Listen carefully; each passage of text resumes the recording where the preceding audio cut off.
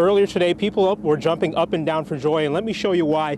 These giant hulking pieces of ice, you can see how small my hand is compared to the size of this ice. Folks we spoke to said what came through last night wasn't a tornado, but it sure sounded like one. As a result, 200 trees around the city are down, and here at this business, what was once a shed is now a pile of twisted metal and splintered wood.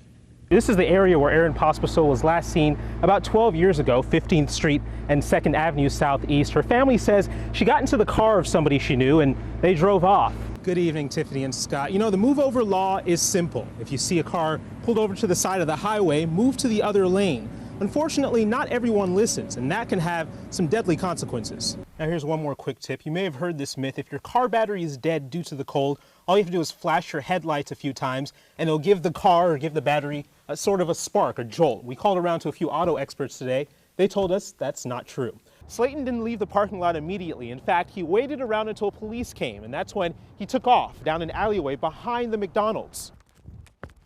Slayton didn't get far, however. Police caught up with him less than a block later. Street parking is a common occurrence in Cedar Rapids. Everybody does it, but when it looks like this, well, it's a problem, not only for your wallet, but also potentially for your safety. Postal inspectors nationwide have investigated more than 54,000 pieces of suspicious mail. Fortunately, all the cases they investigated turned out to be a false alarm or a hoax.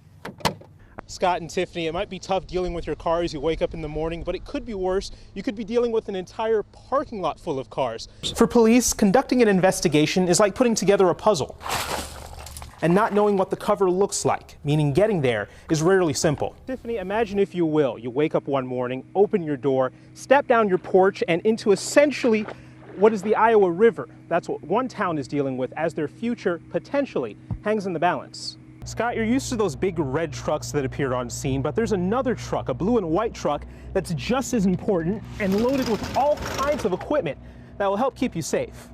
Now, under the current law, ATV riders are confined to farmland or special parks. But if this new law passes, well, they get to explore new terrain.